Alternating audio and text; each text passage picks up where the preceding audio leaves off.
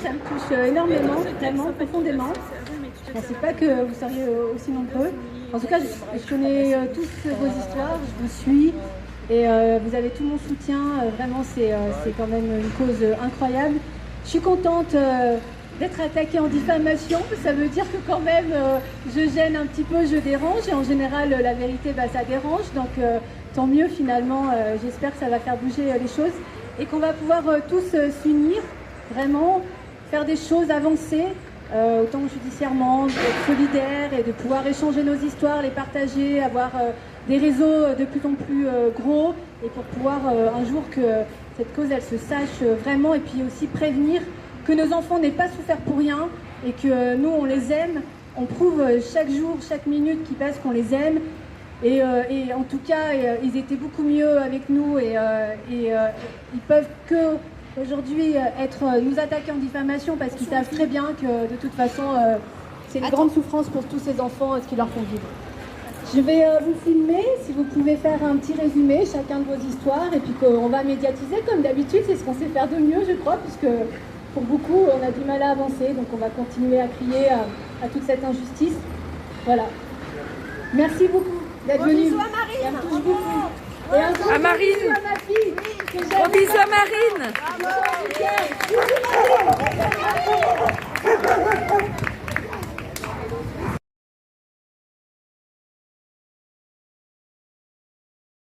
Hélène Lombard, association Rendez-nous nos enfants.org.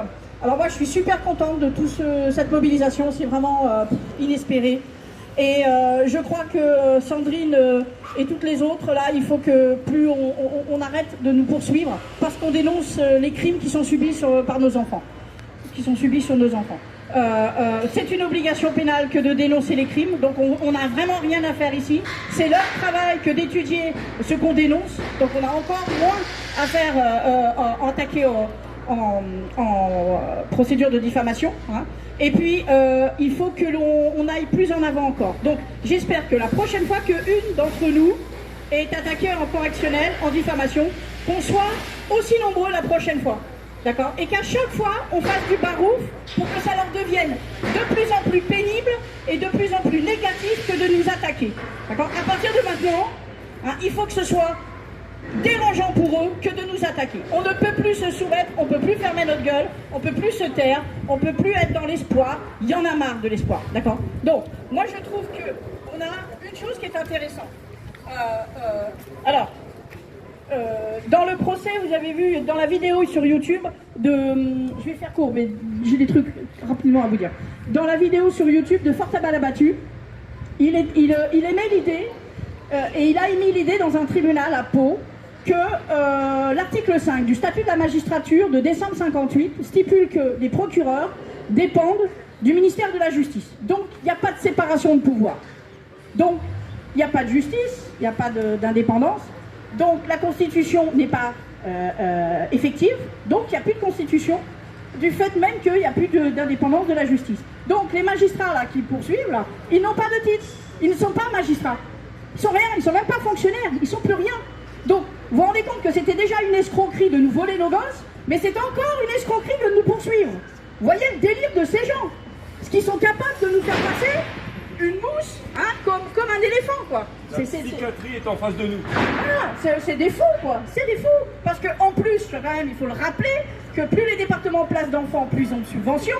Donc que tous ces gens super diplômés font de la traite d'êtres humains. Et que l'IGAS, la Cour des comptes, le ministère de la Justice, l'INSERM, France 2 en 2007, France 3, pièce à conviction, janvier 2019,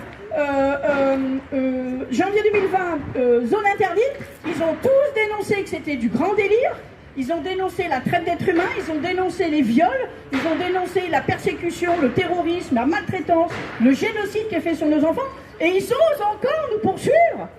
Mais quel culot! Ils sont riches que de culot, hein, que de culot. C'est incroyable. Donc, quand Fort à balle abattu rappelle ça, il élimine ces gens.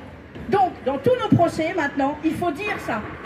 L'article 5, statut de la magistrature, dit que le procureur dépendant du ministère de la Justice fait que la justice n'est pas indépendante, que donc il n'y a plus de constitution, que donc vous n'avez aucun titre pour nous poursuivre.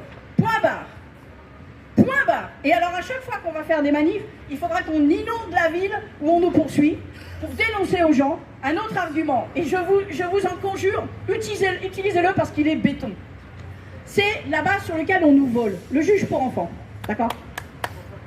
Madame, vous maltraitez un chien, vous allez en correctionnel. Monsieur, vous maltraitez le fils de votre voisin, vous allez en correctionnel. Vous maltraitez une vieille dame, vous allez en correctionnel. Mais toi, tu maltraites ton enfant, tu vas devant un juge civil. Ça suffit. Tout le monde, pour tout le monde, la maltraitance, c'est du pénal. On n'a rien... Les tueurs sont en liberté. Oui. Attends une seconde. Pour tout le monde, la maltraitance, c'est du pénal. Donc le tribunal, le juge pour enfants, il est illégal. On n'a rien à y faire. D'accord? Rien à y faire. Rien. C'est du pénal. C'est du pénal. Donc on est traité différemment. Pourquoi? L'objectif n'est pas de protéger l'enfant. L'objectif est de persécuter le parent et de voler l'enfant. L'objectif, c'est ça. S'ils nous mettaient au tribunal, en prison, au tribunal correctionnel ou en prison, ils n'auraient jamais l'occasion de toucher les enfants. Ils ont inventé le juge pour enfants pour nous voler nos gosses. Or, la majeure partie des enfants qui sont violés, qui sont placés, sont violés. Donc on voit que derrière la réalité, il y avait des grands malades qui nous ont volé nos enfants pour les livrer au réseau. Il faut arrêter d'être dans ce qu'ils nous imposent comme idée. Il faut être dans la réalité de ce que l'on constate. Hein? Parce que maintenant, ça suffit. On ne peut plus se soumettre, il faut se taire. Il y a encore trop de parents qui se taisent, trop de parents qui ne font pas le minimum de ce qu'ils devraient faire.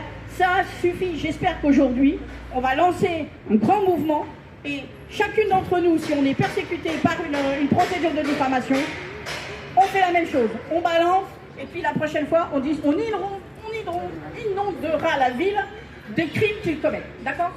Super. Arrêtez le sablier.